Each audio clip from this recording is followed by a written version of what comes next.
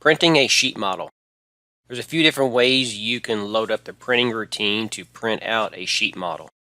One way is you can go up to the quick toolbox up here and select print, or you can go underneath the file pull down and go to print, and you can select the print option here or print to PDF.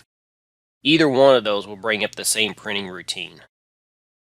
So if I go back, I will go ahead and select print. And inside of here, this is going to bring up the Bentley printing routine. Now, by default, this is going to go to this option right here that says mo.pdf sheet, which it'll go through there and print out the whole entire sheet model. And if you're just doing a normal print to a PDF and sending it to somewhere, you shouldn't have to tweak any of these settings. But I'll kind of briefly go over these settings also if you do wish to change those. By default, it's going to go to a B-size print. So if I select that, you can also do a D-size print. Now if you do that, you're going to see that it's going to try to print out this way. So if you do change that to a different size, you may have to come down there and maximize your print size by either selecting this option right here, or another way that you can do it is you can select this option right here, which does the exact same thing. It maximizes your print size. So that's your B and D size prints for that. Of course, you got your landscape and portrait. All of our sheets are designed to be a landscape, so we'll just leave it to that. Then you have some different options down below here, whether you want it to be a sheet or fence or view. Of course, we're printing out the whole entire sheet, so we'll just leave it as sheet. Which view it is, which is view 1, and also your color. So you could change that to something else. We're just going to go ahead and leave it set to monochrome. The rest of these settings down below here you shouldn't have to mess with. So now if you're ready to print out this particular sheet here, you would just simply select print to file, and we'll go ahead and save it inside of ProjectWise, and I will do the no wizard. And then define where you want to print it to. And I'm going to print mine underneath the root of this particular sheet here. So I will just go to the title sheet. And once you have that, go ahead and click on save. It'll go through there and print out that DGN file, this sheet, to a PDF file.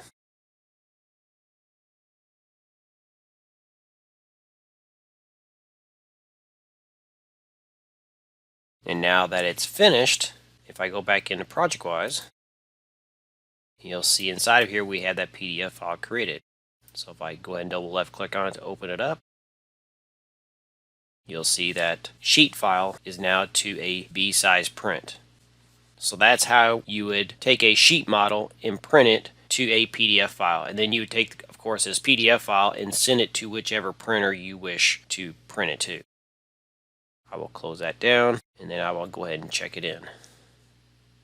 And now I will go ahead and check it in.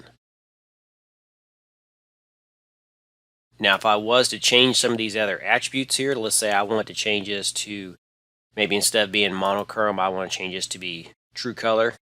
Maybe I want to print out to a true color print. This is where I can come in here and change that. Go ahead and click on print. I'll go ahead and click on OK to that. I will go ahead and click on the no wizard. Define where I want to print it to. I will go ahead and change this one to where it has a different name. And of course it's going to do the same thing. It's going to go through there, take this sheet model, and print out as a PDF.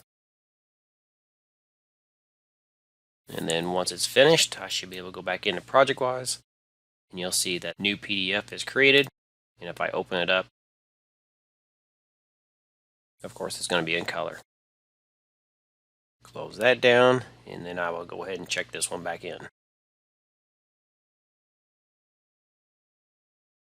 Now the good thing with this is, as long as you stay inside of this dialog box here for the printing, if you do change it to something else, it's going to stay locked into what you have. But once you close out of it, if you come back up to your printing routine, it's going to default back to the mo.defaults that we have set up for a particular sheet.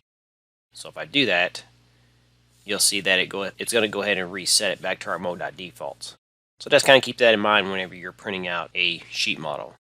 So that's the basics of printing a sheet model to a PDF file.